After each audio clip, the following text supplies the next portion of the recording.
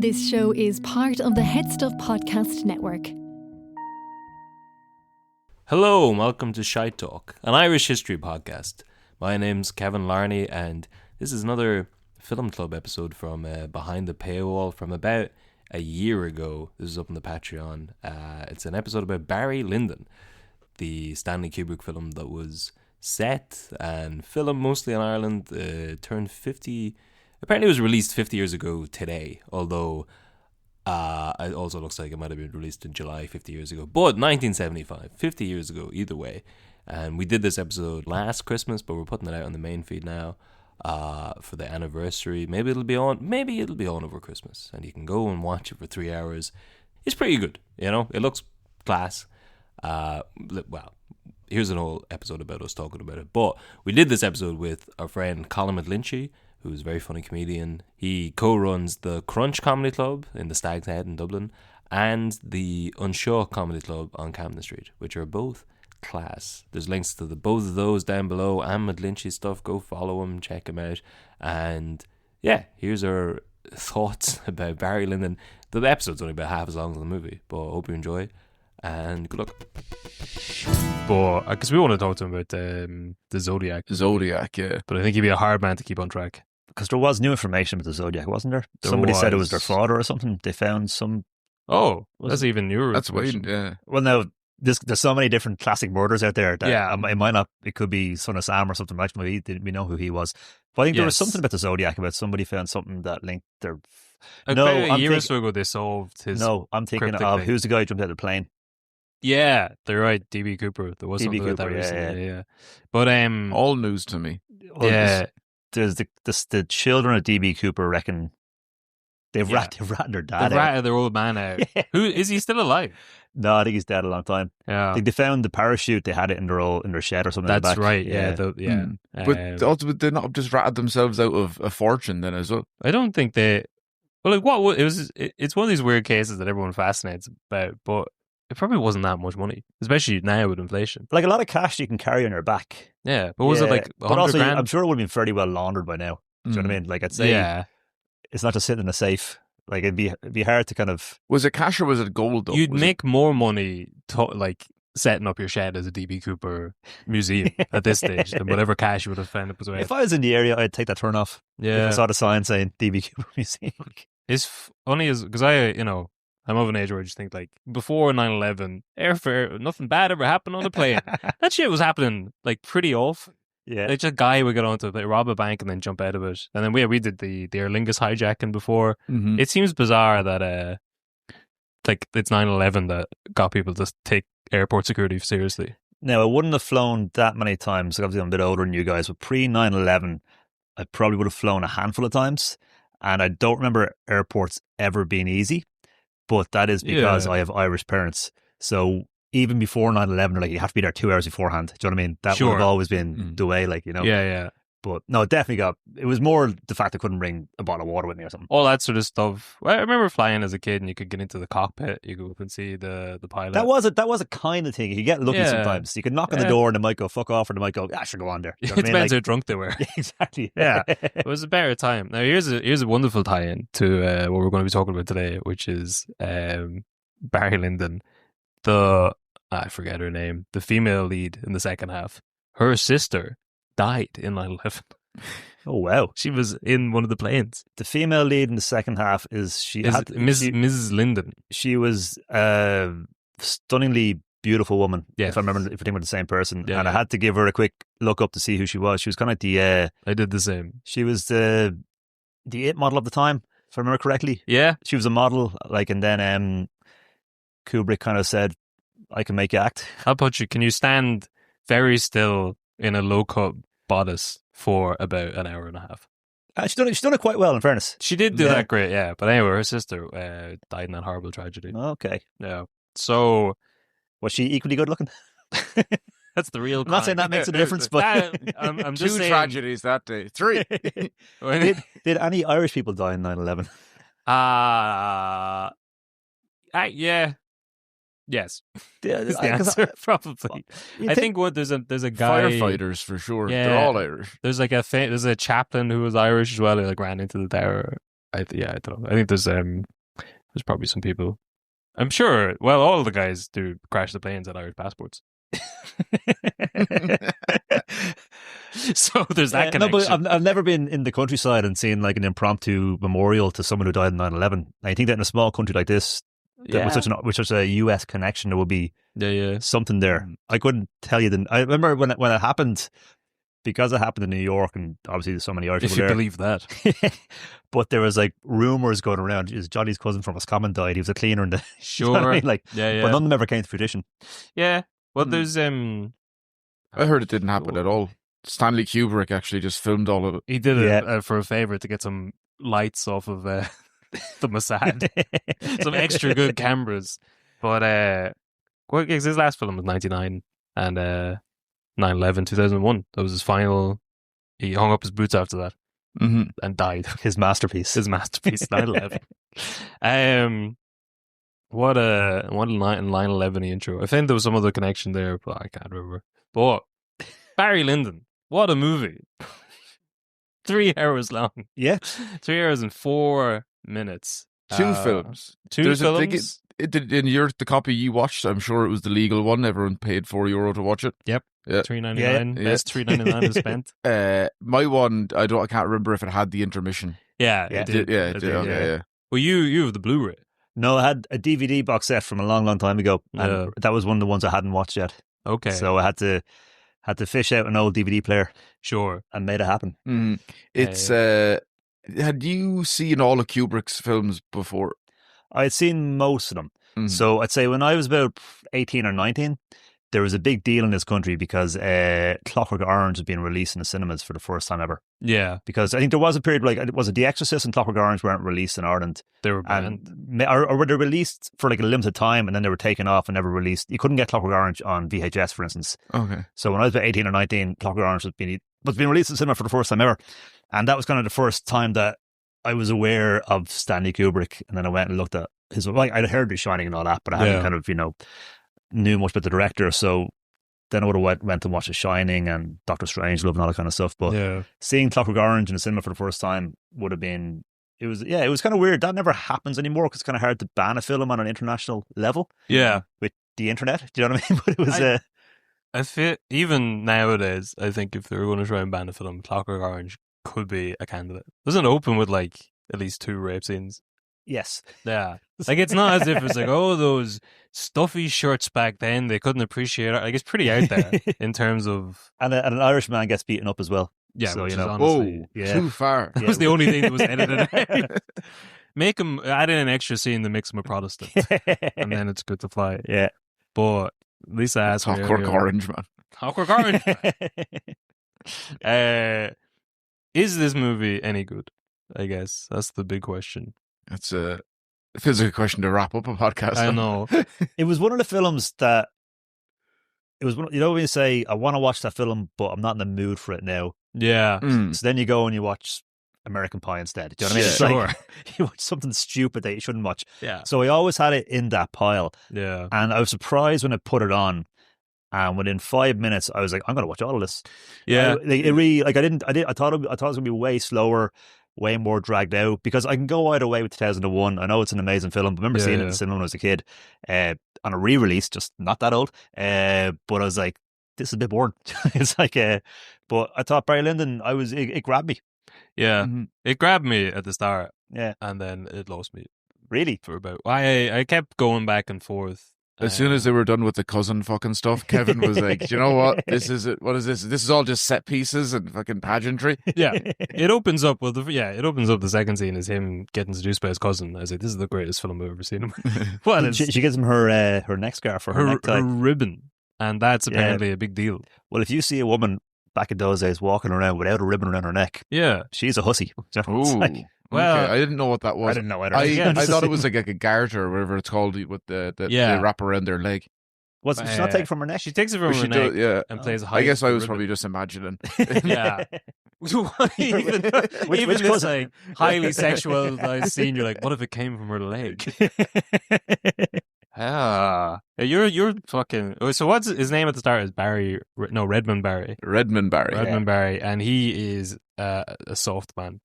Paints him as. So his dad gets shot in the duel over a dispute to do with cattle or land, and then moves on to him being unable to seduce his cousin. No, he successfully. He doesn't. She gives him every opportunity and he bottles it. I think he I would say. But he definitely. Wait, he sleeps with her, right? No, he just doesn't tie it down. I don't Because think... when they shift, it's like, that's definitely... Yeah, but I think it's painted him as a... I assumed they had sex with her, just I didn't have enough time in the film to show it. They don't show any of the There's sex. like- They just imply a lot of it. I don't know if they did. I think I don't because think at the so. start of the film, he's kind of a coward who's unsure of himself, and then doesn't. He becomes way more sure of himself as it goes on. I think part of it at the start is that he does want her, but Yeah. he doesn't. He's just too much of a coward to actually go for it. Mm. And then as he gradually realizes he should have went for it, he's losing her more to the guy who the English soldier who has that amazing part where he goes, "I am a landlord." I loved it. What a hero. Yeah, he declared how important he is, and that's the line he uses. He was like, "I own half of Dublin 8." It was like, I need to make sure the Irish hate me. How- but the other thing about it is that it is set at a time when Ireland's not Ireland. Do you know what I mean? Yeah. Which, like, there's no Irish flags in it. It's No. what I don't know what year it is. Like it's the 19th century, is it? No, late 1700s. It's during the 7-Year War, which they'd lost over pretty spectacularly. But like at the time, there was no question of like Ireland was Britain, and that was it. Like there was no divide. It was what it was. It's the Protestant ascendancy that Yes. century. So all these guys are getting... But the first bit does play like... Because they use the term cuckold later on. But the first bit is just like an Irish porn where he's too frigid to fuck his cousin, and then the British landlord comes in and he's raging. We can't do it. Once I heard his accent, Yeah, I he was comes like, in, he says, "I'm a landlord," and she's like, "Oh, take my ribbons." And it took me a while. There's a lot of sexual tension in this film. There is. But I guess, to go back to the earlier, like, it's bizarre that there's no like quotes or cultural references or clips that I've seen. I haven't seen any of this film before this. I kind of thought that it was like, because when I said it to you, I kind of had it in the back of my head as like, oh, it's a Kubrick film that was filmed in Ireland. But the whole thing is Irish. Like, he's an Irish guy. I didn't realize how connected to Ireland it was. the cast in it is amazing. The one who plays Barry's mother, Yeah. the Irish actress, I'd never seen her before in acting. Like, and she was She really was good in great. it. Like, and Yeah. even like the two guys who robbed him on the side of the road, They were great. they were great. I'm like, what happened to them? I don't know. That's what I mean? 'cause- Like, so There's so many good Irish actors in it that like I haven't seen in anything else. no. But like they step on screen in a Kubrick film Yes. and they slay. They do you know what I do. mean? But I did briefly jump into a lot of the actors have the same, including the lead. They're all kind of like, a lot of them are big theater actors, and a lot of them are also. And he died at 41, penniless, and with a litany of assault allegations. So yeah, it's a weird array of people. But so at the start, he gets into a fight with John Quinn. That's a great scene. He throws the glass at him. That's pretty good. Though the whole movie looks beautiful. Mm-hmm. You've worked in cinema before. Did you enjoy it? The one in Rathmines, The whole thing looks great. Like, every shot is a painting, and there's loads of I'm sure if you're a fan of Renaissance era painting, you can look at it and be like, "Oh, there's that." But after 2.5 hours, you are kind of like, "You just fucking." There's Get a lot. it. There's a lot to be said for it. There's I'd a ra- lot to be said for I'd it. rather talk about, did Kubrick do the moon landing, and is that why he has those lenses? Yes. So that's the big thing, that he did a favor for NASA, and then he got these massive lenses so that he could film everything by natural light before this movie. So he wanted the scenes in the second half of the film, which are set amongst that kind of aristocrat era, Yeah. to be evocative of the Renaissance paintings. Is that what it was? Mhm. Or of that? So, which meant all candlelight only was all he had in the rooms. So in order to do that, he needed like a really low aperture, high aperture. He had a really high aperture. I don't say it would have been. Yeah, it's always reverse. But yeah, so they would have shot at 0.7, which would probably be like 2 stops higher than like your regular, which would be. But to get anything in focus like that is insane. Yeah. So you'd have to be like, that's why no one could move. Because Yeah. everyone, like, if you moved, you'd be in and out of focus. You're just like, everyone fucking just sit still. We'll put light. Yeah, I think I only found out the other day they actually did put lights. It wasn't just candlelight. There was like electronic candles. Oh, okay. So what does that mean? So he cheated. He cheated. He cheated. So even NASA couldn't do it. That they were like, they had Was to. that not because it's more of I did my end of the deal. Yeah. But some of those ancient houses might have had a no flame policy. Sure. But and also I think so because of that the lenses they use they're not zooms, but they're really like what a long focal length, and that they would have flattened the image as well to make it look even more like a Renaissance painting. But again, all of this isn't important. No. Like there's so much. There's always a mythology around. But there's so much that, like between the IRA trying to blow him up and him wanting to. But I read that he wanted to film it in England, and somebody convinced him to go to Wicklow for a weekend. Yeah, and he loved it so much that he was like, "Yeah, we're going to do the whole thing here." But there's another thing I read about it, which was was the him loving it so much just the massive tax breaks he would have gotten. Can you imagine how much people would have bent over backwards for a Hollywood director? But it was post 2001, so you could have filmed it anywhere, and the budget wouldn't have mattered. Even the British, he wasn't paying for it out of his own pocket, like. Yeah, but we'd be like, there's certain things that money can't buy, such as the servitude of every Irish man, because every man, woman, and child in 3 counties wide. We would have done anything. He did Eyes Wide Shut, his last film in London, and they made, because they still wanted it set in New York, so they made the like a whole street set, just there, so you could just for a couple of shots. Basically, where it was like so Tom Cruise, you see him in when he hops out of the taxi cab, you're like, all right, you could have why do you want to be in England to shoot a movie that's set in New York? Why do you want to be on a soundstage in LA to shoot a movie that's on the moon? You know, he's pushing. Firstly, New Mexico.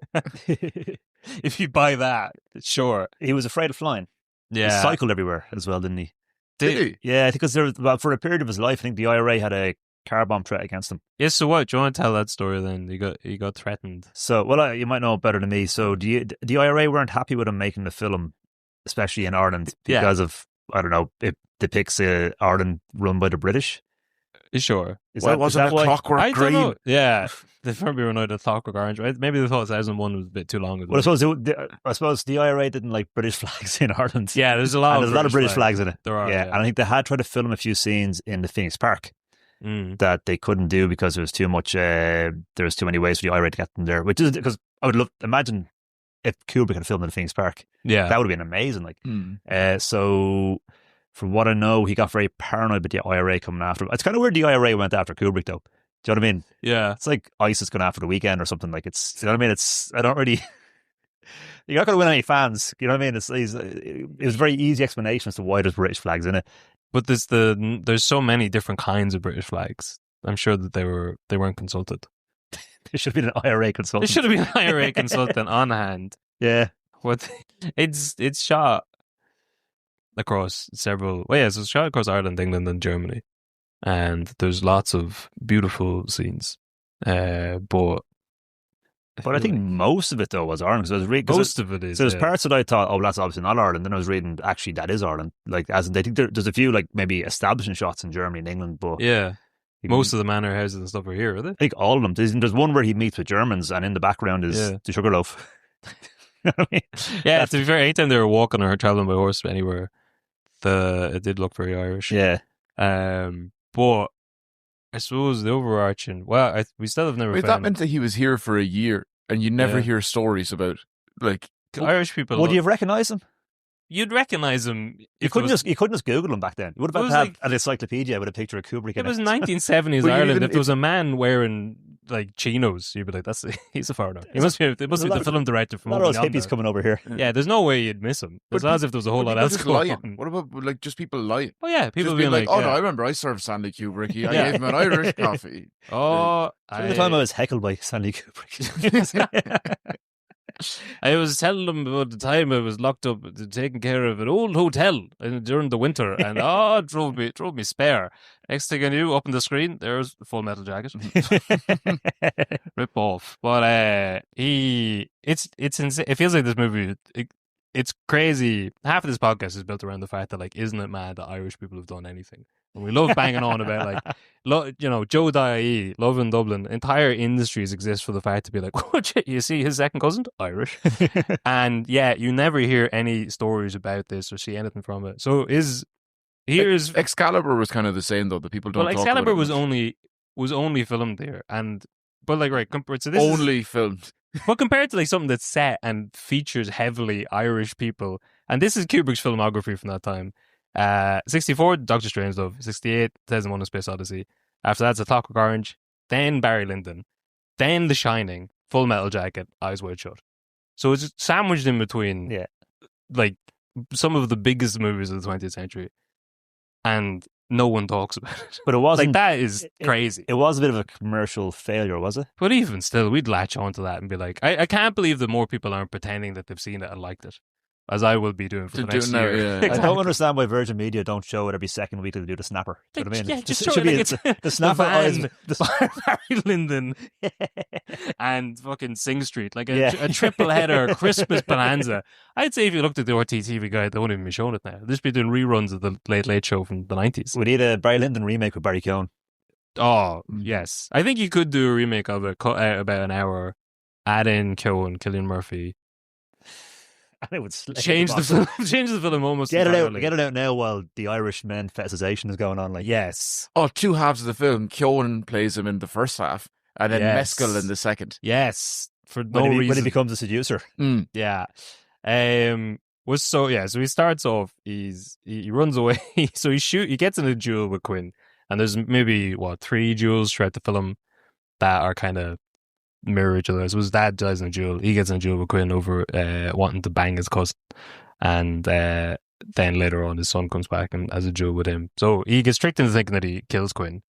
He runs off. He gets robbed by those 2 highwaymen who are great characters who are in it for about 3 minutes. But they get to fully introduce themselves. Yeah. Like, I'm such and such from such and such. Yeah, and this is my son. And he's like, oh, you've heard of me. And there's a lot of fun back and forth. And then they rob him. And he's like, that's my only horse that I have, sir. Mightn't I keep it? And this is interesting. I wonder where these sort of characters will come back into it. And no, nothing. Never do. Another 2 hours, 45 minutes. That's the sequel. Barry Lyndon too. A one-legged Barry Lyndon goes looking for those 2 lads who find his horse again. So now he's got no money. He ends up joining up with the British Army. And there's a great scene here where they're making fun of him for saying his beaker's too greasy. Yes. And he gets into a fist fight. Because, Ryan O'Neill, is it? Yeah, the actor. Apparently he was a boxer before he became an actor. And afterwards was a massive alcoholic. Yeah, I didn't know who he was. And then so it was one of those quick ones of let me just Google him. It's like, Farrah Fawcett. Yeah. Oh, fuck. There's a lot of stuff. Because he dated a lot of people, and a lot of them also have bad things to say about him. Oh, okay. I think let's just say he's a legend. Let's just say across the board, it's one of those only read 80% of his Wikipedia. Don't be any of them recent controversy. The only thing I remember from his Wikipedia is that he supposedly he was estranged from his three of his children, and he famously hit on one of his daughters at their mother's funeral, not realizing who it was.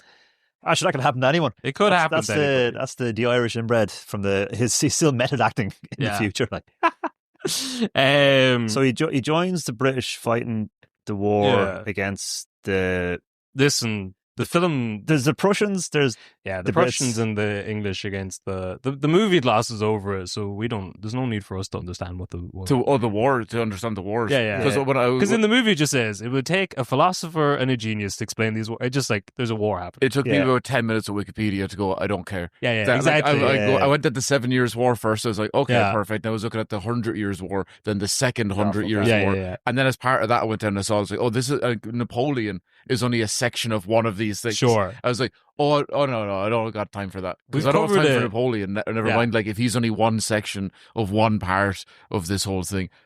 From his perspective, very careful how I say this, the one thing I got from it was that the British Army they were the good army to be in, as opposed to they treated you a bit better as a soldier. Oh, than the Prussian army. The Prussians treated you a bit like... No, don't say that on this podcast. Okay. We are pro-Prussia. We always have been. Big Prussian listenership. Shout out to the Bismarcks. There's a Prussia Street on Stoneybatter. Oh, okay. There you go. Mm-hmm. That's useless bit of geography. But it's basically just all the empires of Europe are fighting against each other, which they love doing. But so he joins up with the. I thought that like that fist fighting scene was good.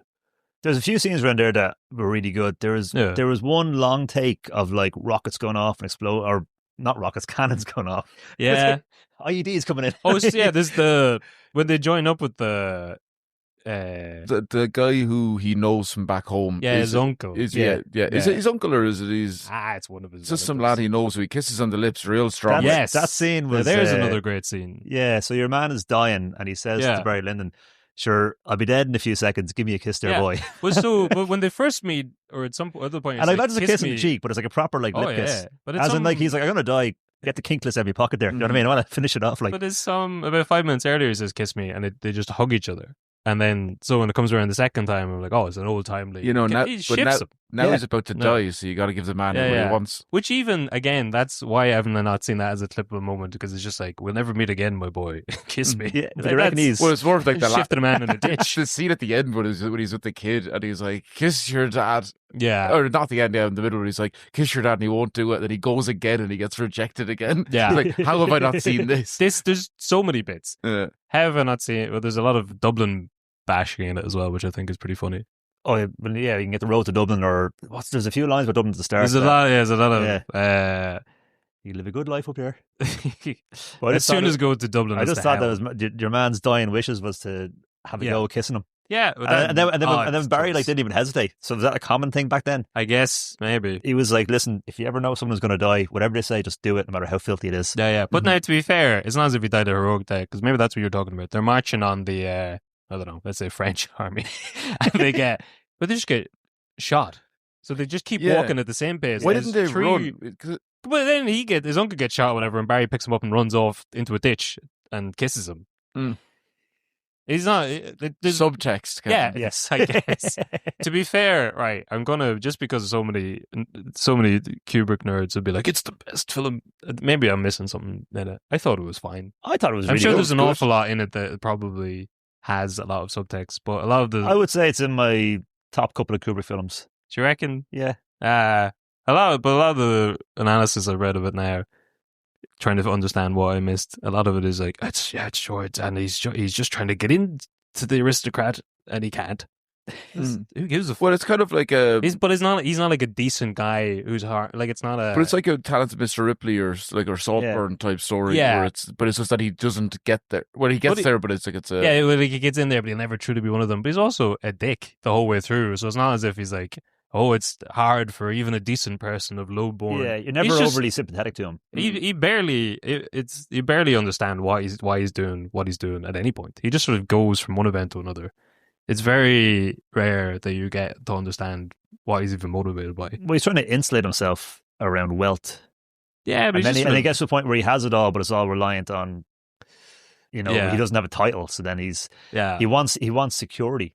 He basically wants a mortgage. That's what he's looking for. Like. Which is another great moment that it should have been clipped. This is jumping. Maybe in shot that landlord. No, like he has it all. So fast forward a bit, he goes through several wars and finally surrounds himself by. He's married. He's got the woman of his desires. He's got an estate. He's got it all. Several mistresses. Several mistresses. He has in front of his kids. Doesn't give a fuck. Like he's got it all. All the man would want. And then his mother shows up and is like, you need to fucking settle down. You need to cop on. He hasn't seen his mother since the start of the movie. Yeah, she shows up back in. It's like, you've done well, my son. Just like I always knew you would. Remember your old mother. You need to get more. She gave him fuck all the money in the world she had. And he lost it. Yeah, but he's there living in a castle. And the last time she saw him, he's running away from shooting an officer, and now he's made it, and she's still not happy. But she's living in like a hut in Wicklow. Yeah, where and no one. She'll never be pleased. She'll never be pleased. It really is one of the greatest films ever committed. Stop comparing me to Bono, man. Yeah. Your brother. His uncle refers to joining the military as married to Brown Bess, which is a term I'd never heard before, but I guess it's an old timely term. Apparently, Brown Bess was a prostitute and it meant being in the British military. Oh, okay. But then, so he flees. Then, as soon as his uncle or whatever is dead, he flees. Pretends to be a mailman or something. No, so he realizes that he's stuck now. This is the entire plot of the film. But his uncle reveals that when he shot John Quinn, it was rigged. So he didn't actually kill him. Yeah. They set the whole thing up to get him. And he says that his cousin was in on it and knew. We don't know. Because John Quinn looks terrified during the whole duel. And maybe he was scared of being shot by a tow bullet or whatever they call it, but I don't know. But so yeah, after he dies, he realizes he's trapped in the military. Then he sees his opportunity to escape, and this is another. What was this scene? There's just two men holding each other's hands in a river. Yeah, and he's just like that. He just watches them for 5 minutes and steals their horse. Well, one of them has is it the letters of the deceased or something? He steals their identity basically and heads off, and he wants to. But one of them has a go to jacket which Russia. gives him immunity to Yeah, cross the lines safely. yes. So he wants to desert, join up the Prussian army, and make his escape back to Ireland. But he he had to wait for them to be deep enough in the water and deep enough in each other's eyes. They were already in the water. He was waiting for them to get deep in something, and they get the motivation to steal the horse, and he can pass himself off as an officer. But it's just an odd scene where the two of them are like holding hands, but they don't kiss or anything. It's just, is that just what men were like? Is that what we lost? Is that what Do you think that the maybe patriarch is taken from us? Was the love between them trying to make Barry think about his love for his cousin back home, and that was his motivation? Yeah. Seeing other love made him think, I want to get back to my love. Yeah, actually, because that is his motivation for a while. He wants to go back and kill Quinn, maybe. Take his cousin back. And that's just sort of... Who, by the way, might say no. She doesn't seem that bothered by him. No, because to be fair, he is a loser. Like, she peaked at giving him the neck thing. After that, she was like, actually don't really care about him. She gave him a fair shot. Yeah. This is what when all guys are like, I never get a chance. She never looks at me. Is like, she gave him a fucking chance. And then she went after a landlord. And then instead of doing anything about it, he just basically shit himself in front of him. He shot a man. Yeah, he tried to shoot him. But instead of like taking... He killed a man in his mind. But instead of taking the hint to be like, I'm just going to resort to murder, I guess. She starts playing a coy little game of like, oh, maybe I'll flirt with him. It's like, maybe I'll fucking shoot him. I can't touch your tits, but I can kill a man. I can take a life. It's a bit of an overreaction, possibly. But then he sort of drops that thread. You've never been in love. Make you do crazy things. I'm the John Quinn of the situation. I see someone flapping around with their cousin. I walk right in and say, I'm a landowner. Can't we all just rent a house? Hey, listen, that guy's wage is my income. That guy's rent is my income. But like this man, oh yeah, then he bangs a Dutch woman. This is another in the many little. Oh, that's before he joins the Prussian army. Yeah, so I think this is probably where what I would see as the plot of the movie ends. And then it just sort of devolves into... It becomes a sequel, pretty much. It's a load of things are happening. Yeah. Because right up until the end, you've got a pretty true line of like, he's in love with his cousin, and the villain is introduced, and he runs away to the army, and then we find out, he was tricked by his relatives, and his uncle dies, and he's a free man, here's his escape plan. And then that's just the end of it. You get vignettes. It's just vignette, and then it's just, he's no, because he's motivated by love in the first half, motivated by wealth in the second half. But we're still... only maybe a quarter way through the movie. But he gets true love at that halfway point with that lady, and he still leaves her because he wants the wealth. But the halfway point is only... So the intermission is after he marries Lady Lyndon. That's true, yeah. So this is really only like... This is the end of a sort of cohesive plot, and there's... Because she never shows up again. And what is the point of the scene? Just to show that maybe he's gotten over his cousin. Traveling. He's gotten over his cousin by getting under someone's wife. A mother to this child. He's basically an Irish lad at the Euros getting the bus back home. Yeah, I saw somewhere that's where it's like he's become what he hated because he is now a British officer who's having sex with someone who has a love. That woman was someone's cousin. Yeah. There's a great line from the narrator. Really keeps this whole thing going along because there's a great line where he's like, Frau Lischen, her heart was like several nearby towns and had been stormed and occupied several times before Barry came, which is there's a lot of heaving bosoms and sort of sexual tension, and then the narrator would drop in and just be like, yeah, she got fucked like a town bicycle. Barry couldn't walk straight for a week.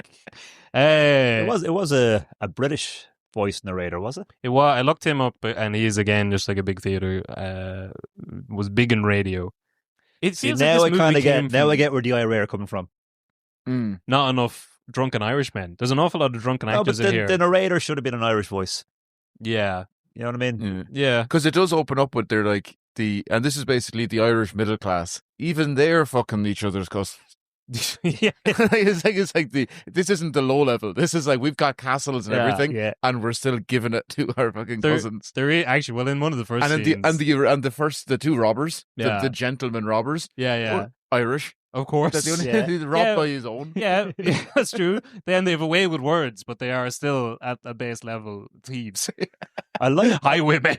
I like the look of that. Remember when he sees them for the first time, he's going by that little kind of place where they're all having food and a drink outside. That looks great. I want more of those places in Ireland. Yeah. That would be great. That Like, I don't want to yeah. be taken over by hipsters and dogs at this point. But Well, yeah. back in the days, that would be the place to be. That place now would be serving you pints of Guinness for $7.80. And True. there'd be people just taking. But imagine back in the day, just sitting there by a river, somebody coming out every so often going, "Do you want more? When you close them, we just don't. When you stop giving us money, we'll whenever close." you leave, yeah. Bliss. They don't know how good. They don't know how good they had it under British occupation. 2 highwaymen for every British officer. It was wonderful. They were heady days. Yeah. But well, I forgot actually. In one of the early scenes, there's I can't even remember what his connection is. One of the cousins, and he comes out to Quinn and he's like, oh, "We'll teach you to love our Irish ways, and sure, if you don't, we'll take your English ways." And I can see the IRA being annoyed at that guy. Yeah. That's one of the most Irish men in the early part of the film, and he's just like, "Oh, my lord." Is that the dad or something? Because he basically there's a dowry or something on the daughter, isn't there? As well? There's they keep saying the term 1,500 Yeah. a year for the first hour. But I thought there's a lot of there's no because it's one of these things that shows a lot of characters at you in a lot of settings, and you're like, oh well, these will come back and this will make sense later on. It'll all tie in. You never see any of them again. No, there's about 50 characters introduced the first hour, and they're all irrelevant. They're all his cousins. He's only trying to bang one of them. Mm-hmm. Anyway, yeah, but it's an Irish family. There's always going to be a lot of cousins around. It wouldn't have felt genuine if just the one cousin. That's true. So he escapes. Then he deserts. He pretends to be a Prussian officer, and he comes across Captain Potzdorf in the Prussian army, and he's still pretending to be a British officer at that stage. Sorry, he's still pretending to be a British officer. This is the first time we get the NASA cameras, I believe. Is it? Where he's having that. Yeah, in the table. Yeah. Well, no, I think don't quote me on that, NASA. Well, most of it is exterior. It's the first night or dark candles. That is true. Scene. Yeah, I think so. Because a lot of it is done in daylight. Like a lot of it is just outside. Yeah, but that's a fun scene because he's lying and the other guy's figuring out that he's lying and kind of feeling him out. It's a bit like the Inglourious Basterds scene. Yes, except way worse. mechanics. Except what? Way worse. Now, that's not fair. I mean, one is 40 years afterwards and probably is influenced by it. But it is funny that That's a good scene, though. It is good, and it's funny. There's a lot of the kind of like subtle sort of British dark humor in it, and it is funny that he finds him out because like he's flying under the radar, but he just starts lying more as he gets drunk. He's like, my uncle's the ambassador to wherever, and he says, "What's the line?" He says, "Your uncle is the ambassador called Ambassador O'Grady," and that's what he catches him on. So then, he gets given the option to be, I guess, executed or put in jail or join the Prussian army as a cannon fodder. Yeah, to go back to a private or whatever. And there's a couple of themes. Yeah, one of the themes that comes through the movie is every once in a while he says, and he swears he'll always be a gentleman, and he gets knocked back down again. But he joins the Prussian army, and this is where it shows that the Prussian army is much crueler. And I watched the scene a few times where like they're going through the gauntlet and everyone's whipping Patrick Bergin, is it? But that's not him though, is it? He's in some scene from it. No, sorry, as in like that's not Barry. No, is that Patrick Bergin? Was there some cameo by somebody? I thought maybe. I have to Google that one. But it seems strange to be like it was a cruel and harsh time. I don't think it was Barry. I think it was somebody else. It's someone else. Yeah. But then why not show Barry getting whipped? Because why would Barry be getting whipped? But the whole point is, because he was just caught being a deserter. Yeah, but he's joining up with the army. That's his punishment. Yeah, but the whole thing is kind of the voiceover. Them. Yeah. Yes. But he's talking about either the voiceover is doing it or his internal monologue is saying that this army is much crueler and this is the punishment for everything, small infractions. And it says that he falls into, unlike British officers or whatever, these are the most lascivious men, and he falls into the low-born nature of gambling. It doesn't show any of that stuff. It just shows him walking, and he's kind of sad. But we're supposed to see that he's fallen from because the last scene he's on his horse and he's like, I'm going to be an officer forever. And then he lies and gets punished. We don't really see any of it. We see someone else get whipped. Yeah, but we're seeing someone else getting punished. It's like it's a bad place to be. Yeah. If you do something bad. We haven't seen him do anything bad yet. Maybe if you show Barry get punished, then you get sympathy for him. And maybe Kubrick wants to keep our sympathy, wants to confuse us by not having too much sympathy for him. I think showing him getting whipped and you could still find him unsympathetic. Not sympathetic to Jesus in the... whatever the film was called again, the Mel Gibson one. Oh Passion. yeah, passion. You were watching it. No, I'm He on the deserved fence. it. I'm on the fence with this. He walked into that temple. Those nice men were just trying to sell some chickens, make an honest living, and he knocked everything over, caused a ruckus. But it's a weird thing to get hung up on because you could just, instead of that, fast forward To many other. Oh, I'm to going to the- get hung up on a lot of to when things. he gets sent his way. Well, he's in the Prussian army at this stage, and they're like, "We've got a job for you. This is how you'll go through the ranks." He saves the guy's life, and then when the 7-year war ends, he's in with Captain Proust. and then they make him a spy. Yes. Yeah. So he's like Bond. Yes. It's like an Irish, but He's a spy for 3 seconds. He is. And then he hears your man's Irish accent and goes, "Oh no, I can't be spying on him." Yeah, I could do yeah. And that's actually the only scene I've heard. I heard someone describe from the movie. It was the only scene I knew in the movie, because it is kind of an interesting. There's a good quote of those who've never been out of their country know little what it is to hear a friendly voice in captivity, and it is a kind of funny thing that they're both just like opportunistic rogue scumbags who've been lying and So working they're their in way Germany through. at this point, aren't they? Yeah, and he's pretending to be an Austrian ambassador, and our boy's pretending to be like, a British officer. And the Germans are a bit suspicious that your man's actually Irish. And they're both saying They're like, he eats a bag of spying potato a each day. other. Do you know what I Yeah. mean? There's something going on here. Like, he keeps on giving out about not having Barry's tea, like, and quoting intermission. It's like, that's the only test you need to just like put on. who put the ball in the English nest? Yeah. We did. They would have caught me straight away. You know what I mean? So they tell Barry, go in there and tell us does he have an Irish accent. Yeah, go Pretty in much. and then. But don't let them know that you're Irish or something, or you pretend to be a servant. Yeah, he's like, don't speak English around them. You pretend to be whatever, and you be a servant and find out information. And Barry just immediately starts crying and confesses that, and they become friends. Within like 2 minutes, he gives up his cover and makes a plan with the other guy to spy in reverse. Yes. Like that part happened very fast. It does. Yeah. And it was one of I don't know, was that meant to be played for laughs, but because it's a beautiful shot and he's walking in, you got the back of what's his name, Chevalier, and then when it shows his face and it's just like the worst makeup and The aristocrat beauty white face. spots. Yeah, that's very funny. Yeah. So then they hatch a plan to basically Con people out of gambling, spy on card games or whatever you call it. Spy on card games, they cheat, they rob a prince, and there's all this sort of political intrigue that they can't be annoyed at the prince, so then they set up a scam to basically get paid off and sent back to, I think, Austria. Are they meant to be Austrian? Whatever it is, they get sent across the border, they pull off this little scheme, and now they're 2 men just being card sharks. Mm-hmm. But at no point, like, I don't know, like he's still just lying. Now you have a problem with the 2 class, sexy Irishmen traveling around Europe. No, I think it's card great. games. Yeah, but I would. They're Robin They Hoods. should have transitioned into casino. They at should this have point. played more cards. They should have been doing magic with those cards. I did really enjoy the magic later on in the movie, but so What happened to that guy? I can't remember how he... Does he get caught and does he give himself up so Barry can so he can get away? No, that I thought that Barry had murdered him so he could impersonate him, but then he had just already left and Barry was dressed up as him to also escape.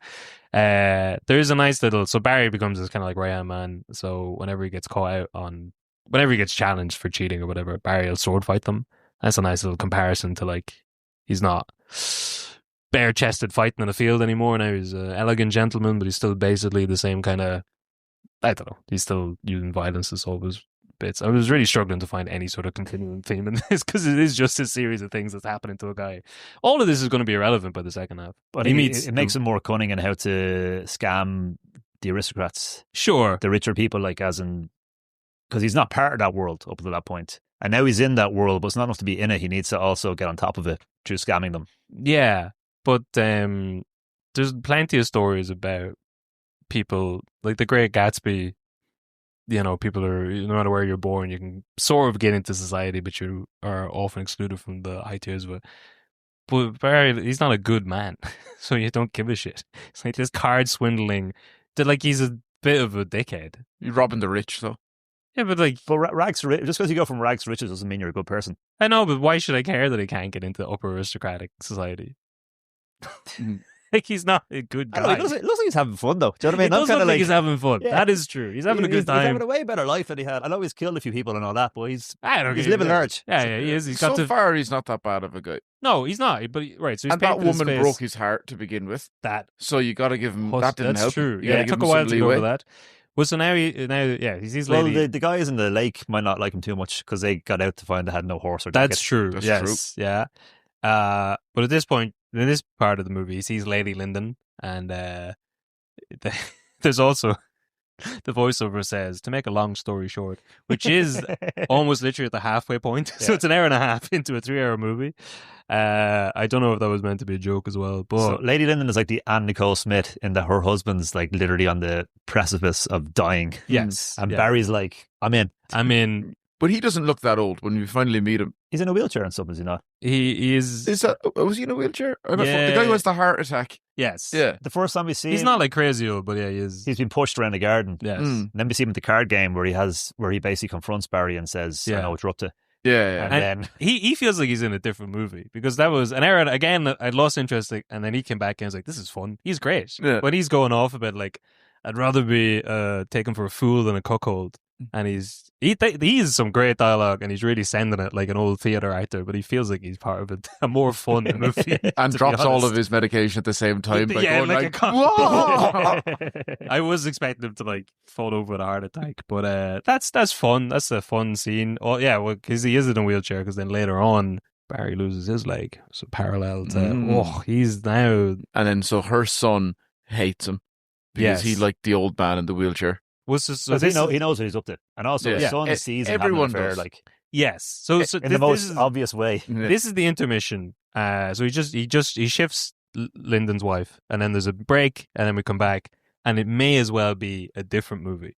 The mother does show up, And she took to wearing the white makeup real quick. Oh, yeah. From someone who was Yes. like, I've lived in a chicken coop I lived my in a entire cottage. life. And as Yeah. soon as she shows up, she's like, She's showing just up. caked. Yeah, and She's new money. Yeah. she's as new money as it gets. But yeah, so you got the stepson. Well, the stepson's like, what, 9 or 10 at this point? Because there's Yes. a few little jumps. Yeah. You get a But couple the of stepson scenes. is due to get everything Yes, and he's when he comes of age. He's very eloquent for a 8-year-old or whatever when he starts off. Like, I should not like to see my mother married in this fashion to such a low-born vagabond. And that actor who played the son went on to work with Kubrick for the rest of his life. Did he? As in the back, I think as a casting director or something. Oh, There's some weird thing where even though it's one of Kubrick's least kind of seen films, yeah. there's a lot of actors in it and a lot of production staff in it that he's worked with then that he met first on that he's worked with for the rest of his life. The only one I recognized was, and he's in this section, I think, his character's name's Graham. I don't know what his job is. He's one of the men of the house, but he plays Grady in The Shining, or O'Grady. Oh, okay. Yeah. As one of the guys from 2001's in it as well. Yeah. At one point, I can't remember when, but yeah. There's about 1,000 people. It's actually it'd be more surprising if he didn't have a crossover of Yeah. actors. But so he's the son's suspicious, and there's a couple of time jumps. Then he has his own son, Brian, with Lady Lyndon, and And he He likes can't- his he- son. Proof of him being a good man. but so there's this sort of he has this like Kubrick's obviously getting his eyes wide shut preview in here because there's just a couple of scenes where Barry Lyndon's banging around, and then there's one scene where the kid sees him, and then I think he tries not to be. Then I think he comes around maybe. He apologizes to the wife or So something. I don't know if he apologizes. Or He he's- walks in and He acknowledges it shifts anyway. her. Because and he's in a then- brothel at one point. Yeah, And you're kind of going, but then all of a sudden he's like making out with the maid in the garden. yeah, Like yeah. right by the main With a like baby. walk. He was Yeah. Well, right by the main comforting walking her. route. She Yeah. was upset because he was after grabbing her arse. But that seems to be the turning point. And then he's like, he becomes a little more. He tries to be the stepdad who stepped up. Yeah. But the kid doesn't really take to him. Which, to be fair, there's a really funny scene where he's just smoking his. I think that's how the second part opens, where he's just smoking his pipe. Well, And his wife asks him to stop, and he That's just blows the- smoke Oh, in yeah, the in the face. carriage. That's yeah. the first shot after they get married. Yeah. It's like that's Yeah. the next day where he's just like, no, I've signed the papers already. That's a great scene. Yeah. But then there's a load of comedy in it. A lot of the There- hard yeah. cuts to things. But are- then he has a realization that he should be a good guy, but then it's kind of it's too late because the wife doesn't last much longer after that. She kind of tunes out to him. there's Bullington the son. What The a name. stepson, yeah. The stepson's really doesn't like the Well, no. So Barry. Bullington comes in and he decides he's like, I'm going to disrupt everything in front of everyone. Says that he's a scoundrel. He's a bit older at this point now. Yeah, he's a bit older. Yeah. So he's like 14, probably played by a 30-year-old. Yes, and he says like he's a scoundrel, a liar. He's only like married my ma for the money and all of that. Yeah. And then so she's just like, she grabs the younger son, his stepbrother, and it's like he doesn't need to hear this, and they're going to go leave. Yeah. And then all Barry has to do is not react. Yeah. And they do it really well because they don't change camera angle or anything. He just comes in and just digs him in the leg. Punches him in the back. Yeah. Which again, and I've read a lot of fucking analysis of this movie that he's just you like, seem to really hate this movie. Nah. And everything about it, what it's done to you as a person. But he's like, there's this theory that he's just a leaf on the wind. Because in fairness, a lot of the stuff is just him reacting to situations and him just trying to survive and move upwards. But he's an aggressor here. This is entirely in his control. Yeah, but that's and he goes up and punches his son in the back, and then people will write theses about like he was just a product of fate. He's a fucking lunatic. But this is the one time that he does make he's the aggressor, and he creates the action by stepping forward and doing something, and it's what ruins him. It's what ruins him. Yeah, that's true. But in front of everybody. In front of everyone. It was a bad. But bad I'd maneuver. say well worth it because I was watching it when he was pretty fun. It was really good. Really and, good. He got a good couple of digs in, and I was like, okay, fair enough. Here come the ads, and everyone holds him back, and he wriggles free and gets another one or two really solid ones in. I was like, oh, I'm happy for him. It's like when Roy Keane threw the ball at Alan Shearer and got sent off for it, and then he went to swinging at him because he was like, well, if I'm getting sent off, I'm may as well go swinging. But also, if you went 17 years with your son having an English accent, like he's got a lot of pent up punches in there. Like, There's a good scene earlier on where the two sons fight each other, and that felt very Kubrick-esque. You don't get to see children fight each other on screen anymore. Like they were really, there was no the good old camera days. Tricks. Those were not stunt actors. Those were two children that you probably gave a lot of sugar and money to go punch each other. Yeah, and that's the sort of cinema that's worth checking out this movie for. If you want to see kids fighting and cousins fucking, well, almost fucking, implied fucking. And there's some funny stuff where he's trying to worm his way into the gentry, and I assume it's meant to be a joke, but when he's walking around looking at the paintings, and he's like, I like this one. I really like the blue. And they're like, yes, that's the most expensive one. But it's just, and he's talking, I guess he gets to talk to the king at some stage. The king's just meeting everybody. Oh, yeah. And he's like, I funded some troops to go fight in America. He's like, that's great. You should get some more and go yourself. And it's just like a big fuck you to him. But again, this is all just about how, isn't it sad how he hit this man who's about to punch his son in the back, can't get accepted into high society. Stepson. That's true. That is a fair point. Mm-hmm. And it's a different time. It's a time when you could hit your stepson. Apparently not in court. But everyone no one likes that kid, and everyone's on his side. And then as soon as he hits him, everyone's like, "No, you shouldn't too much." Still punch him in front of everybody. And he was also probably a bit. He's probably younger than what he looks like. Because I'm looking at going I'm looking at going, this man, is fair game. Yeah. These are both like 30-year-old men here. They should be allowed to fight. Yeah, just fight out your problems. And then realistically, he's probably 12 in the actual thing. I had a picture to get in my mind's eye. That is a very funny scene. See, you could do like a 25-minute supercut of all the scenes you like and be a great film there. Oh God, yeah, and because again, what I'm glossing over is that every one of these scenes looked amazing. I think just the look on his face as soon as he fights the child. Yeah, because they just a cut where he's outside in this giant manor like castle, and he's just on his own, and it does a really long zoom out, and he's the most alone man in the world. I really wanted it just to go, fuck. But it's such a run back in and punch his son again. But they let the fight go on for so long. Yeah, it's so uncomfortable, which is it was almost like a scene from The Office. And there's a lot of he gets pulled off twice and goes straight back. Like is where he really digs it in. Yeah, and there's a lot of Kubrick let that one go on for a while. Like yeah. It's like when Colin Farrell beats the shit out of that child in True Detective season 2. Yes. It is like that. Because you're looking at it going like, I shouldn't. It's great filmmaking, right? Yeah, great filmmaking when you can actively get the audience to root for the adult just attacking this child.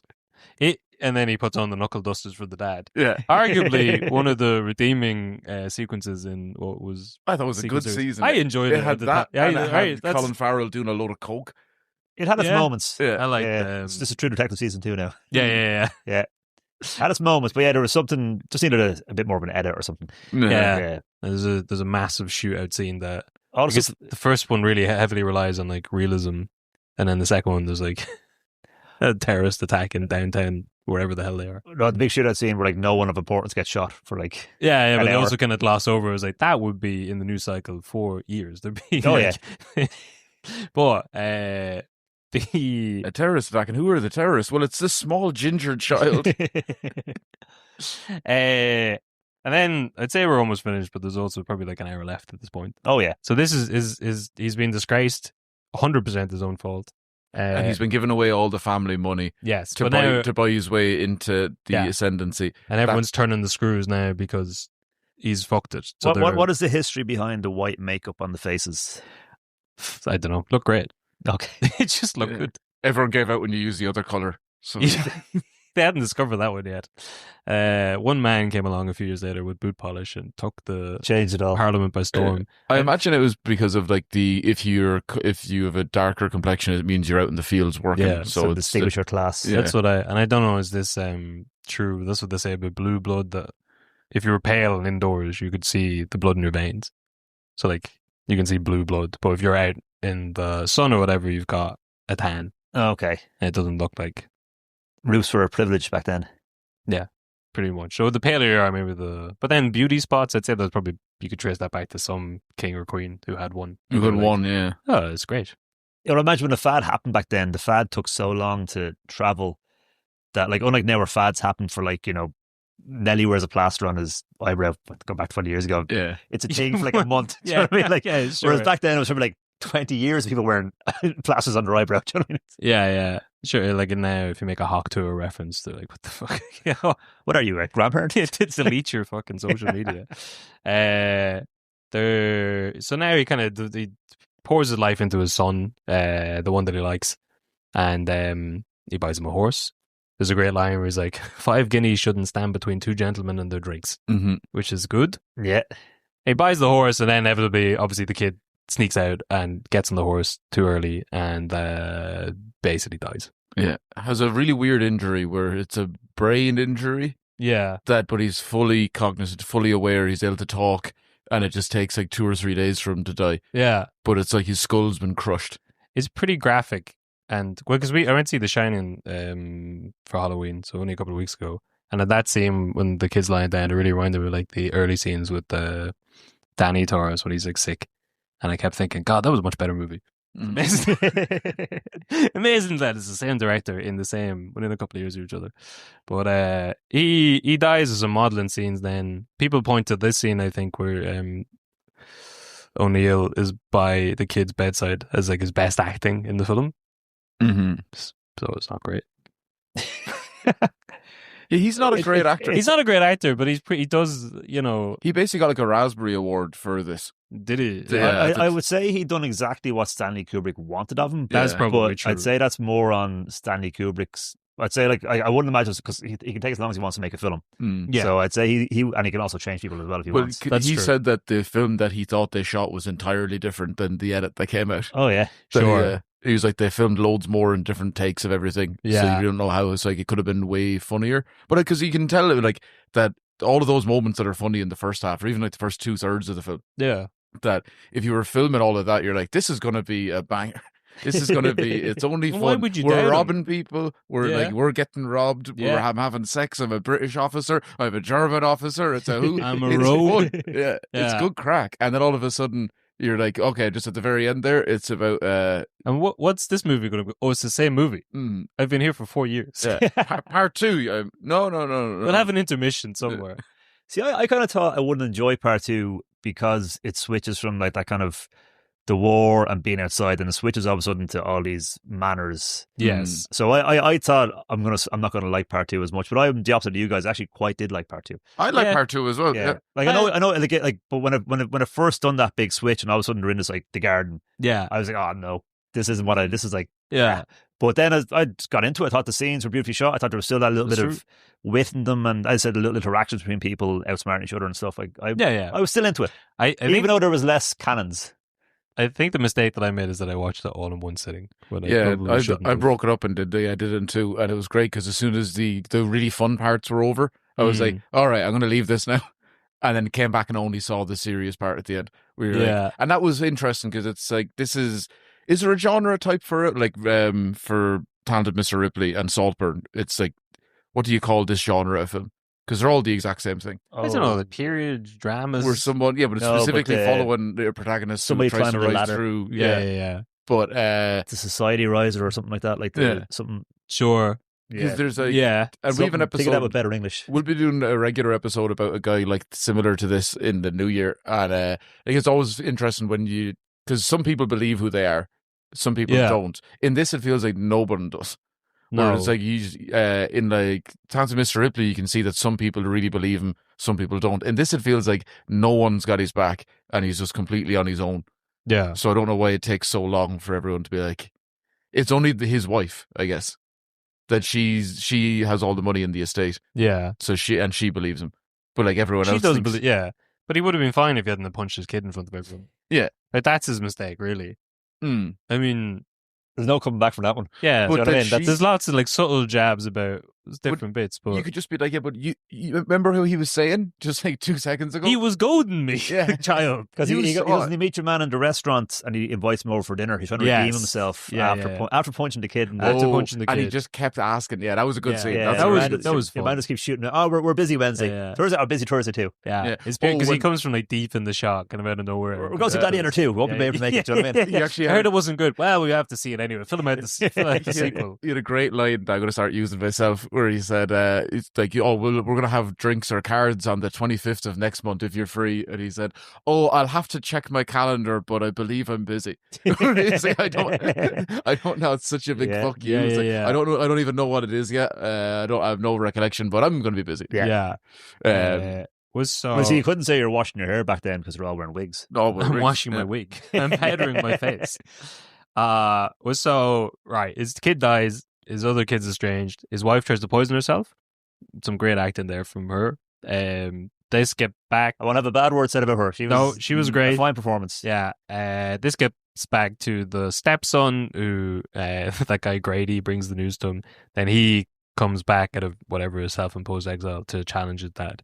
He comes into the manor house, and this is where the whole like every scene's a painting thing. Did you notice this? When he comes up and points the sword at his dad, like he's in a painting. Yeah. But like they're in the middle of playing cards. Like they've stopped. No one moves. That's a lot of shots in this film. But a lot of them are kind of like, here's a beautiful outdoor pastiche. Like everyone for a second is in this pose. This is one where no one moves for about a minute and they're just stuck in a freeze frame of a painting. But it's like dogs playing poker at a table. This is where they're really like pushing. They're taking There's a the lot piss. holding a whiskey bottle, but upright. In the back genuinely, they're just like balanced like this. It's great. And but I really like that. I thought that shot was that was great. The same as when he's the office. When he's is it just after the guy, his uncle or whatever has died, or before, he's still a British soldier anyway. In the red at the fire at the camp, and it's just like it's a slow zoom in, and because like I was telling Kev before we started, Colm, that it was you could just every so often the shots are so long you could just skip forward 5 seconds, and if it's still the same shot, just keep skipping forward until something moves. I did that about like 10 times on that scene, and I was like, this is great. I have skipped a good minute of it, and I was still going like it's pretty long. You feel it. I get you. Yeah, I did skip some of the dancing scenes a little bit. Was there that many dancing scenes? It was only 2 or 3, but they went on for a bit. You must be the most impatient. I was trying to breeze like, don't even think about dancing, or I'm switching to a different film. Do you know how much money that shot cost? I don't care. But I don't remember there's no like La La Land numbers in it. Do you know what I mean? It's like if there is dancing, it's like a couple of seconds. Yeah. No, but it's a serious achievement. Like there's so many scenes with so many actors and so much variety. And it's definitely, I assume it's kind of historically accurate. I think they've got a lot of accolades for the uniforms and the costume design and all that sort of stuff. And that's interesting. But it's a pity that no one watched the movie. I think it's worth watching. I think it is worth watching. We're at the point now where the son comes back, challenges him to a duel. Yeah, and that whole sequence is great. Yeah. And it's beautiful. Mm-hmm. But then they have the duel in like a shithole. No, it's it's like a church barn thing. It's got the John Woo birds flying around. Yeah. A 6-year-old John Woo probably saw that and was like, aha. Boom. I got my career sorted. Yeah. It was a good scene in fairness, and the way it played out was very clever. I like that. Because that was probably my the young favorite. guy seem real like a scumbag. That's how I knew he was bad. Sure. So the young guy goes to load his gun, and the gun goes off while pointed at the ground. Yes. But because he won the draw to shoot first. Yes. Which I assume is, I don't know what that UFC slapping sport. Yeah. I'd imagine whoever gets to go first in power slap gets an unfair advantage. Yeah, Sure. And I'd imagine in a duel where guns are involved, if you get to shoot at somebody Why first. did they do that? I would have. Was it not always like the exact same fire? Yeah.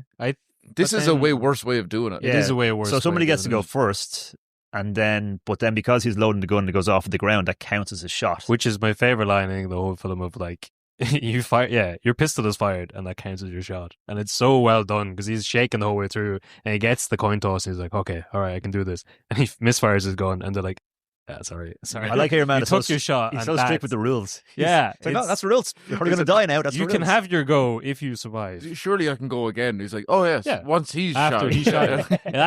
That's great. And Yeah. then he goes and gets sick and but then Barry takes his shot off to the side. Barry wants to be the good guy, Yeah. so he doesn't want to kill him. Yeah, yeah. And he thinks that this will reconcile them. I guess. Yeah, I think that's So a smart move. So he shoots off. Yeah. Well, it doesn't work, but in No. in It's theory, a good game. It's a very Yeah. smart It's move. a nice gambit. But then the son is like, fuck this. Shoots him. In the leg, is it? Yeah, shoots Yeah. him in the leg because then, because there's a great, which again I assume is another joke along the lines of to make a long story short, the next scene is a doctor. He's like, right, I'm almost finished, and there's like 10 minutes left at that point. So I assume they were really like winking at the camera. But he loses his leg. Nice parallel to the guy whose wife he stole, young Lyndon, and then you see Bullington. Or we kind of drop the clergyman Runt, whatever his name is. The priest, who's like the gauntest man. in the film. As they're all in the carriage, and I don't know, they're obviously The mother had the plotting to great get scene rid where of she brought the priest in and said, "Oh, we don't need you anymore." him. Yeah, That was a good yes, scene. yeah. She dismisses him, and now he's And that's one of the few scenes that, like, Barry's not in that scene, is he? no, and the mother gets a great. Yeah, that's fun. Yeah, that was a really good scene. Yeah. And two of them were good actors. Yeah, So- and then there's a nice because you see Grady and so Bullington. Barry's taking over control of the manor at this point. Yes, And he knows that the priest, who's also the tutor, has a lot of influence. on his wife. So she's like, "Oh, we're going to restructure the budgets here, and you're cut." Yeah, Mm-hmm. and then they're all sort of together at the end, plotting to get rid of Barry, and that's it. Well, no, Barry and No. the mother are sent back to Ireland and told not to leave, and they're given annual payments. Yeah. It's a pretty good deal, in fairness. Barry's 500 guineas a year if 'Cause he he's doesn't given come him- back. It's an ultimatum where it's Yeah. either you can try and fight for your missus, who we know Yeah. you don't really love, Mm. or 500 quid, go home, never see us again. Yeah, They've already done the like separate. They told Barry's mother that he's been shot, yeah, and so she's gone. So now he's just alone with the mother. So we can just be like, let's just put her over here in her room yeah, and be like, don't trust the Irish. Do you see what's after happening? yeah. But then it's he- heartbreaking. Then at the end when she's signing all the checks, and it's Yeah. just like another one, and Yeah. it's just like check it, and it's nowhere near as much as when you see like all the other ones of like 8,000 and 10,000 It's guineas. 500. Yeah, just it's to like keep 500 him to get rid of away. him. Yeah, Yeah. yeah. But he also has no leg at this point. He's not going to come back and challenge with one leg. No. Is that an unfair advantage or disadvantage there? And then what's the last title card? Good or bad, handsome or ugly, rich or poor. They're all equal now. How did they think that was the best way of dueling? I Like don't know. at one point, did someone go like, "Guys, You got to I've flip got for this. I've got an idea. It might be an improvement." Do you know how 99% of these end on the first shot, and it makes no sense. You take turns. Well, I guess because the second duel, whenever he thinks he shot John Quinn, they get him to run away because I guess dueling is illegal at that point. No, but Because they say the police are coming. when it opens, the Yeah. first duel when his dad dies, Yeah. don't they both fire at the same Yeah, time? and in they the do. second duel, they both fire at the same time. So at some point, The the laws dueling seems to be change. illegal, but then they've also brought in this coin toss thing. Is it like different rules on pot in the black for different pool tables in different parts of Dublin? Just different, yeah. Do you know what I mean? You gotta, it's house rules. Yeah. You don't walk into a man's barn and start telling him. Is it pickpocket or stick pocket? Do you know what I mean? It's a sticky leg. It's like, no, you said no. Fucking. Maybe guns were just so unreliable back then that like that was a common thing. I think they were. We've done that in now. But also, if someone said to me, "Do you want to have a duel?" and I'd be like, "Grand." Then that wouldn't be grand. But like, if I learned those rules, like this isn't really fair. I'm not in. Do you know what I mean? Let's settle. Let's do this a different way. Sure. Just do a punch up. Do you know what I mean? Yeah. Well, I'm surprised that they didn't just to have a punch up or have like two lads to fight on their behalf, like at a manor. Yeah, maybe. Well, it seems like he wants to die, much like all the way through the film. It's hard to know what Barry is thinking. He is he is just a thick lad from the country. He's He just might a not be fella- thinking about a lot. Nope. Well, Just he seems fall into everything. he does. It's just a story about an Irish lad who done what well. yeah. He's It just- is. He's But gone he's abroad. not even that Irish. He doesn't sing or dance in the whole thing. Come on. You're just like Brady at the Yeah. start, being like, "Oh, whatever it is you want, sir, my lord." But Well, it's the 70s. sure, he was only trying to ride his cousin. You wouldn't begrudge a man an old pastime. Don't the English sing and dance in it, but the Irish don't. They have that bit in the field at the start where Yeah. they're dancing with the cousin. Mm. With the dancing with the English. Yeah. Yeah, I thought he's a hard character to decode, and it's kind of like, is that the genius of it, or is that just bad acting? Do you know what I mean? That's what He's very static in everything. Yeah. It's kind of It's. I just assumed he was thick. his real life. I don't know. Maybe we'll read more about that and do an extra episode. But he seems to be Because he's not Irish enough to really look into and do an episode about. He's Irish American. Mm. He seems to be absorbing the morals of others as he goes along.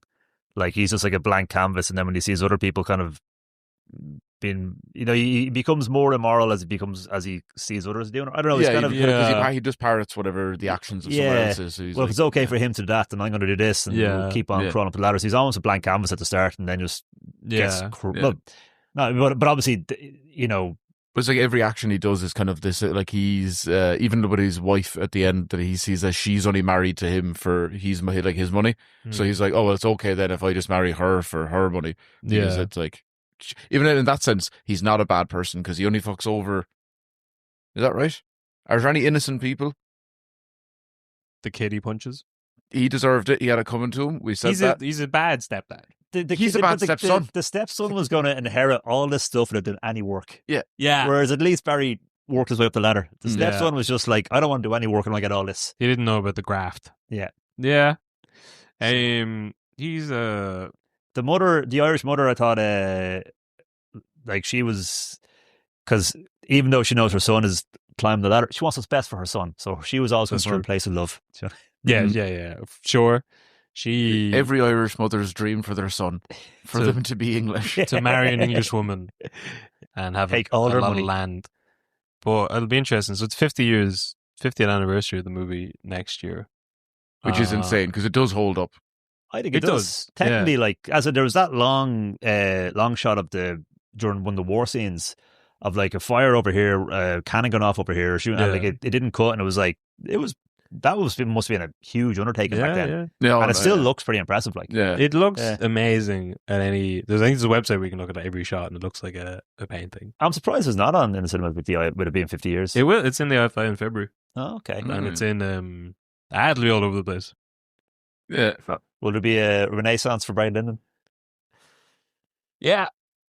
Maybe. I want to see there. I don't know where I want it. I really want people to start talking about this movie. I think Irish people should watch it. But I think it's a good film. I think it's a good Kubrick film. It's not just a good film, it's a good Kubrick, in my opinion. Yeah. It's better than it's better than Lolita. I can go either way with 2001. I know people are going to disagree with me on that one, but I think it's probably better than Full Metal Jacket. Full Metal Jacket's a film as well of two halves. Yeah. So similar to Barry Lyndon. Do you know what I mean? Yeah. First half of Full Metal Jacket, fantastic. Second half, not so much. Yeah. I would argue that maybe both halves of Barry Lyndon aren't as good as the first half of Full Metal Jacket, but are both better than the second half of Full Metal Jacket. Fun question. You can have one half of each film and you got to watch it as a double feature. Double feature. Full Metal Barry. Yeah. I'd watch that. It's just, Barry Lyndon and Vincent D'Onofrio training, getting yelled at by your man. He'd be the worst person ever. You don't look Prussian to me, boy. Prussia, that's for steers and queers. That's a good mashup. This is probably something someone could do there. Yeah. Barry trying to flee training camp every time. Yeah.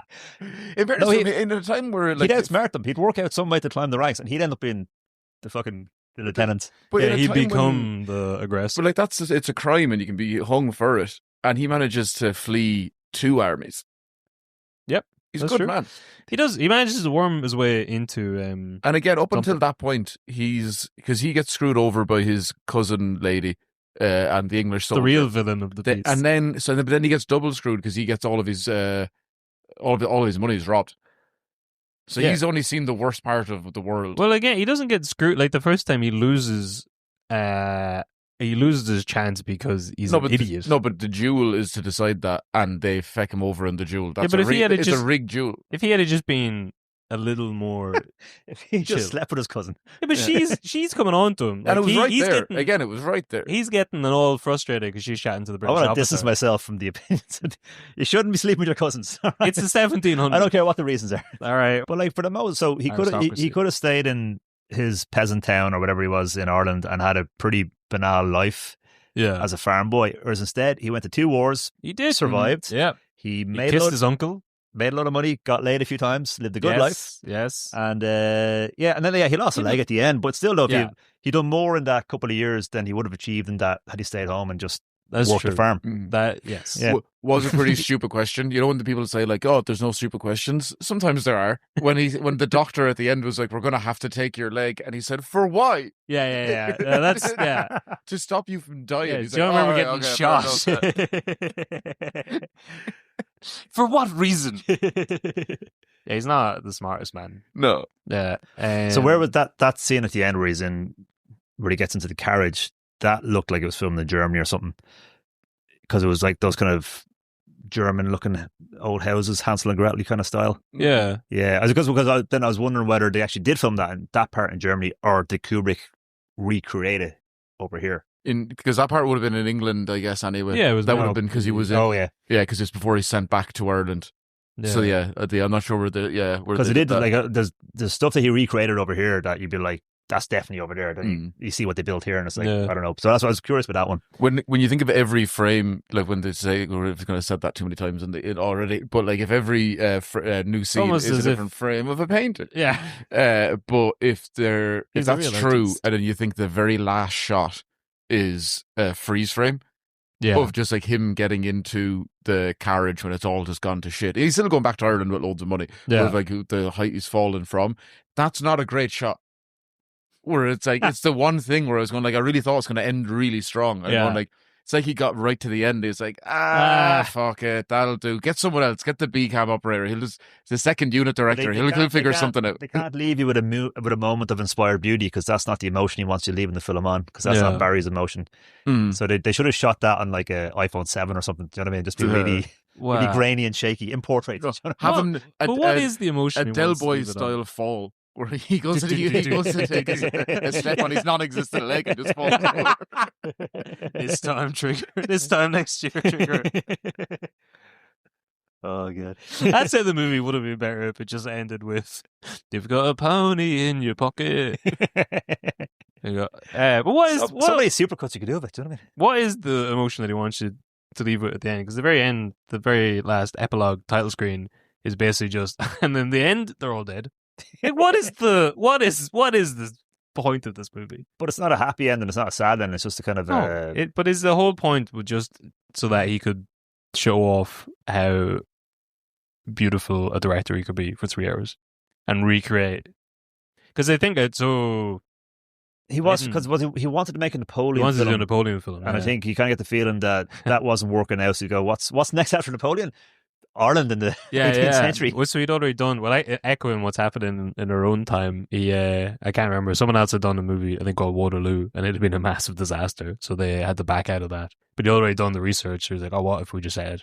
So this would have been maybe 30 years before the Napoleonic Wars. But I don't know. Did he have a passion project? Yeah. He's like, all right, do a couple for the studio. I made you a load of money. He must have had some Let me interest spend- in the story. Yeah. Yeah, no, I agree. I think that I'd say for Kubrick, the story is part of the interest, the characters are part of the interest, Yeah. but the settings and what he can experiment with in these different settings, as in Yeah. great outdoors, war, internal aristocrats. Yes. You know what I mean? I'd say that was a huge part of the attraction for him as well. And I'm sure there's loads of people who will get a lot of enjoyment. Film students love it. Films, yeah, exactly. And I bet like film lecturers have been making entire syllabuses about this. It's been like, I had too many pints last night. What are we going to do today? I haven't thought about a lesson plan. It's like, well, let me put on Barry Lyndon. Yeah. That'll get you through 3 weeks of lessons. When I was in journalism college doing my master's, I came in one day and the lecturer put on All the President's Men. And that was a master's course that I paid a lot of money for. Yeah.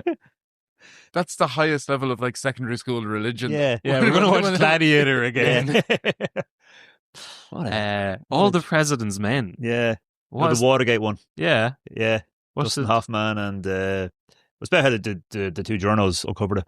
Okay. So I was studying journalism. But yeah. Did they just at the end of it then go, if that ever happens, do that. Do it. Yeah, that felt like a... Yeah, what if it's only some of the President's Men? It needs to be all of the President's Men. I was watching a good movie. We watched The Holiday. That Christmas one.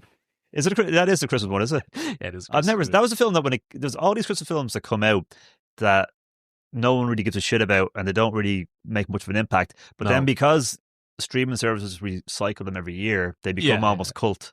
They're like Love Actually wasn't that well received when it was first released. No. But it seems and rightfully so. Yeah, if you watch it, it's not good. I love it, but it's not good. No, but I think because I didn't see it until much later, and I kind of assumed just based on how everyone, just all the clips and stuff I saw of it, and people talk about it, but none of the relationships are good. I feel like I missed the boat by complaining on that because that's every sketch. Every Christmas for the last 3 years has definitely been like, Love Actually, more like bad relationships. But Dustin Hoffman was in The Holiday. That was the connection there. Was he? He's a cameo for like a second. Oh, okay, I didn't know that. It's a bizarre film because it's basically just Cameron Diaz and Jude Law fall in love immediately because they're attractive. And then the other half of the film spends an hour trying to convince you that Jack Black should be able to fuck Kate Winslet. The two of them fall immediately. Look how much personality he has. That'll make up does for he it. succeed? Yeah, but they don't shift until the end of the movie, whereas the other two Jude Law characters can be straight at it immediately, and they're like, "I love you. You're the most interesting woman I've ever met." Like, why? You've what's happening here? And then the other is just loads of character development for Jack Black being Jack Black has to earn it. Charming, and he gets there in the end. He leaves as very attractive. So what's the moral of that story? I don't know. Jude Law. It was just be Jude Law, who's a alcoholic. It's a very... Listen, I give it 2 Barry Lyndons out of 5. It's kind of the opposite end of the spectrum. Has Kubrick ever made a Christmas film? I suppose Eyes Wide Shut is set around Christmas time. The Shining. Is it Shining Christmas? Yeah. Well, it's winter. It's but winter. Snowy anyway. Oh, it's Hanukkah. It's the end of the ski, or yeah, maybe it is Christmas. Is it Christmas tree? Because they kind of hand wave that way to be like, they're like, why wouldn't you just open it up for the ski season? He's like, oh, it's too expensive. We'd hardly make the money back. I looked up going to the hotel because it's a proper hotel. Oh yeah, where is it? It's in Colorado, I think. The interior is all different though. The interior is not the way it is in the film. It's just the outside. I think the rest of it was all on a soundstage in the UK. But it was in the news about a month or two ago. There was a fire at it. So there you go. That was the whole hook for the news story because fire at a hotel. It wasn't a serious one. But it was like, but you'll never guess which hotel it was. Shining Hotel. But so I think there's a big outdoor heated pool in it, so you can go swimming when the snow is out. The Maze Garden's not there. Yeah. So it'd be better to go and to see it and not go into it, I would believe. Myself and Lisa basically stayed in the Overlook Hotel about a month ago. We were in Canada and we stayed in this because it was they call it the shoulder season. This is between summertime and the ski season. And it was all through Airbnb. So you just do it, like you pick up the key from a lockbox and you're walking through this hotel from the 70s. Did I send you a video of it? Yeah. Yeah, it's just... The carpet's just... It's insane. There's long, long corridors. Everything's like made of wood and there's no reception desk. There's no anything. We didn't see anybody. You're just walking around this hotel by yourself on the side of a mountain. Oh, well. It was very unsettling. The only sign of life was when we got into the room, we opened up the freezer and there was a pack of like cigarettes in the freezer. Well, when you opened the freezer, there wasn't like a body parts or something. That's true. That was why did you put the cigarettes in the freezer? I don't know. Why didn't I take them is more the question. Canadians. That's the Canadian welcome. They're conditioning their cigarettes for the cold outside. Yeah. No, but that's the thing in the States, and though the people put their cigarettes in freezers to keep them fresh. Okay. What is the They put your coffee beans in the They're freezer. not a smart people.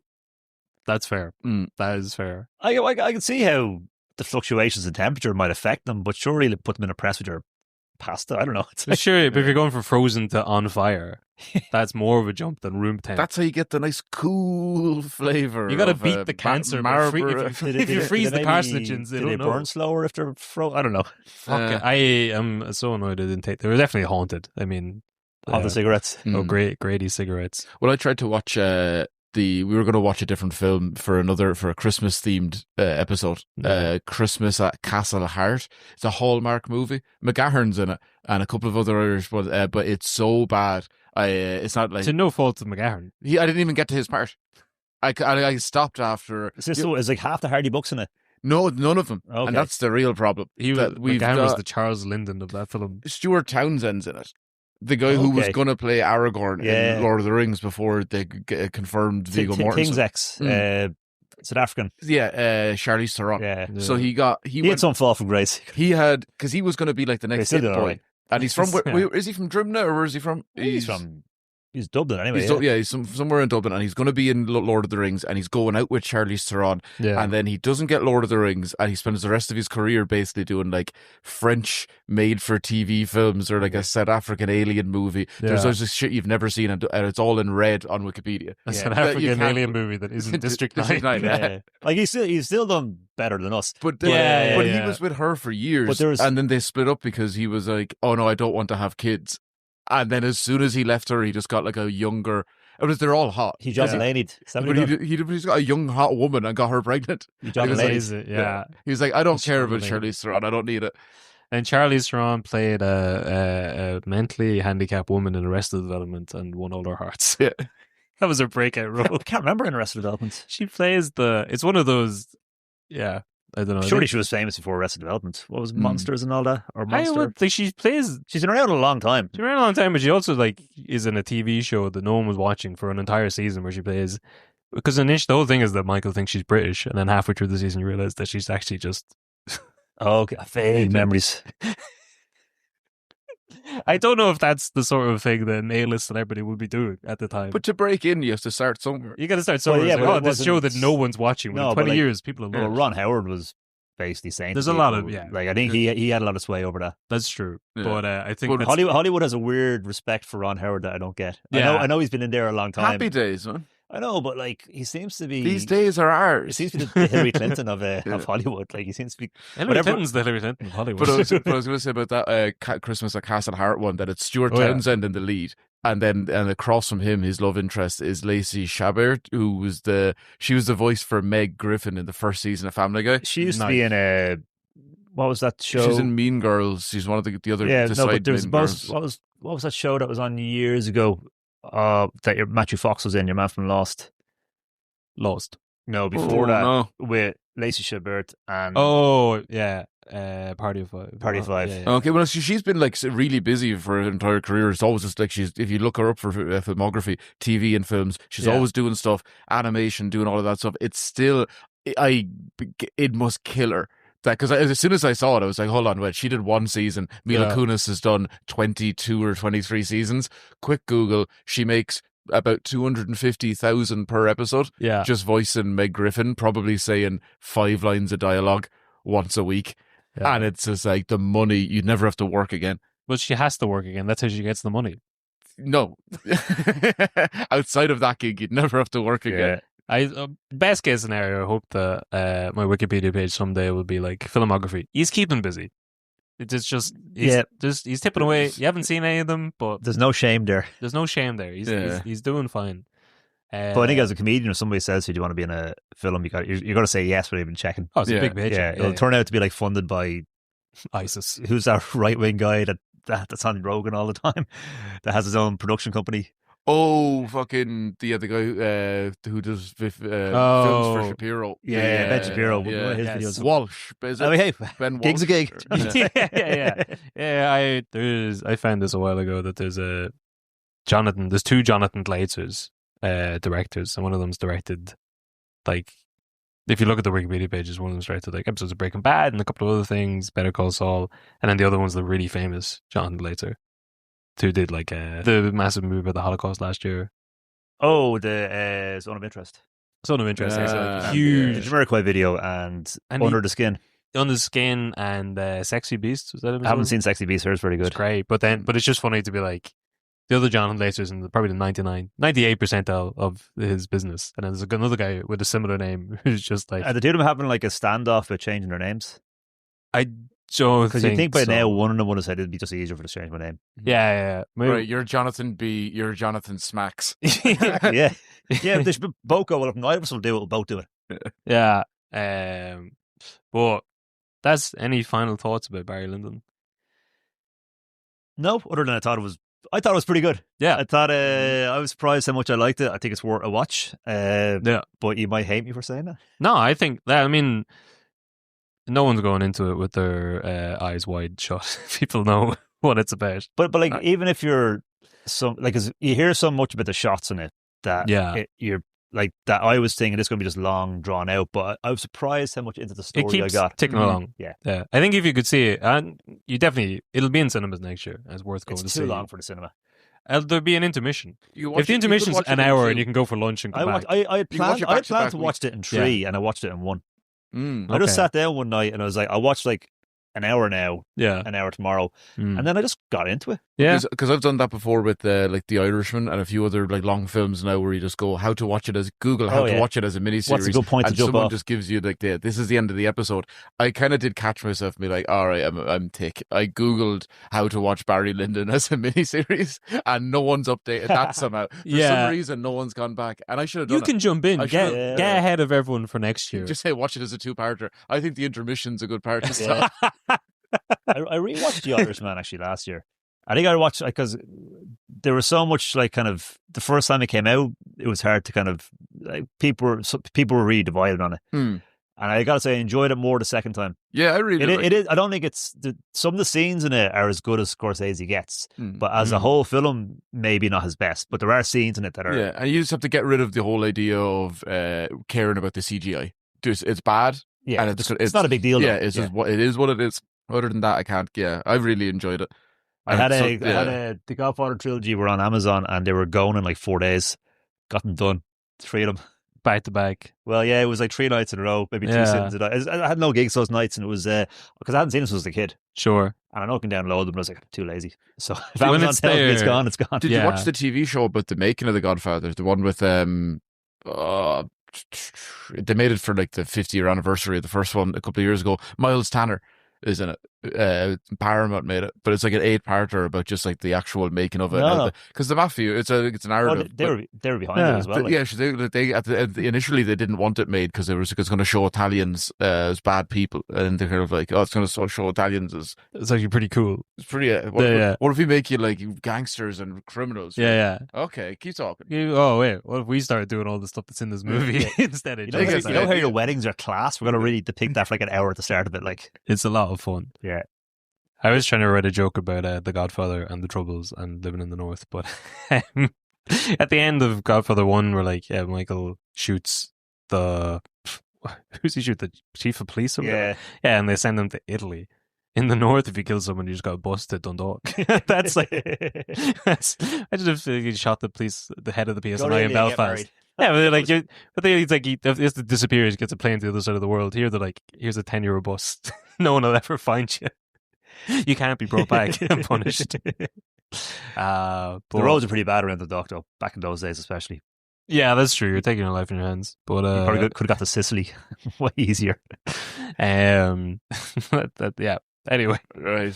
Do you have any thoughts on the movie? No, I'm dying to go to the bathroom. There you go. All right. Well, we'll plug all your stuff. Whatever you want to do. Yeah, we'll do it in the intro. Yeah, and you should go to The Crunch every Sunday and Monday for 2025. You should. Yeah, and on show on Wednesdays. On show on Wednesdays. Yeah. And the Underground on Saturday. You should basically only take 2 days off a week from comedy. Every week you should be out. That's a healthy lifestyle. That's a healthy lifestyle. Some of the happiest people in the world. Stop listening to the podcast. Get yourself out. No, listen to this. Walk. You should be walking right now into one of those clubs. Yeah, podcast. Take it out of your ear. Yeah, sit down and watch one of us. Between watching Barry Lyndon, listening to the podcast, and going to comedy, you got a busy week. You got it all out of you.